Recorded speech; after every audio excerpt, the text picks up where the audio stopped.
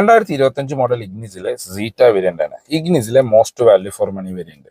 Top end ആയിട്ട് compare ചെയ്യുമ്പോൾ ഇന്റീരിയറിൽ ആകെ വരുന്ന ഡിഫറൻസ് ഇതിനകത്ത് ഓട്ടോ എ സി വരുന്നില്ല എന്നുള്ളത് മാത്രമാണ്. മറ്റെല്ലാ ഫീച്ചേഴ്സും ഓൾമോസ്റ്റ് സിമിലർ ആയിട്ട് കൊടുത്തിരിക്കുന്നു. ഇപ്പോൾ സ്റ്റിയറിംഗ് വീലിലേക്ക് വന്നു കഴിഞ്ഞാൽ നമുക്ക് മൾട്ടി ഫംഗ്ഷണൽ ആയിട്ടുള്ള സ്റ്റിയറിംഗ് വീലാണ്. അതിനകത്ത് മ്യൂസിക് ആൻഡ് ഫോൺ കൺട്രോൾസ്, നമുക്ക് ഇൻസ്ട്രുമെന്റ് ക്ലസ്റ്റർ, നല്ല ഈ ഒരു സെഗ്മെന്റിൽ ഏറ്റവും സ്പോട്ടിലിരിക്കുന്ന ഇൻസ്ട്രുമെന്റ് ക്ലസ്റ്റർ വരുന്നത് നമ്മുടെ ഇഗ്നിസിലാണ്. മാരുതിയുടെ സ്വന്തം ആൻഡ്രോയിഡ് ഓട്ടോ ആപ്പിൾ കാർപ്ലേ വയറായിട്ട് കണക്ട് ചെയ്യാൻ പറ്റുന്ന സ്മാർട്ട് പ്ലേ മ്യൂസിക് സിസ്റ്റം വരുന്നു. നമ്മൾ ആദ്യം പറഞ്ഞത് മാനുവൽ എ സി ആണ്. നമ്മുടെ മാനുവൽ ഗിയർ ബോക്സ് കാണാം. അങ്ങനെ അത്യാവശ്യം വേണ്ട എല്ലാ ഫീച്ചേഴ്സും ഇതിനകത്ത് തന്നെ വരുന്നുണ്ട്. ബാക്കിൽ സ്പ്ലിറ്റ് സീറ്റ് ഓപ്ഷനോട് കൂടിയ സീറ്റുകളാണ് കൊടുത്തിരിക്കുന്നത്. ഇപ്പോൾ 6 ലക്ഷം രൂപയ്ക്ക് നിങ്ങളൊരു കാർ ഓൺ റോഡ് ഇറക്കാൻ നോക്കുന്നുണ്ടെങ്കിൽ ബെസ്റ്റ് ഓപ്ഷൻ എന്ന് പറയുന്നത് ഇഗ്നിസിന്റെ ബേസ് വേരിയന്റ് ആണ്. 6 ലക്ഷം രൂപയ്ക്ക് ബേസ് സിഗ്മ വേരിയന്റ് നിങ്ങൾക്ക് ഓൺ റോഡ് ഇറക്കാം.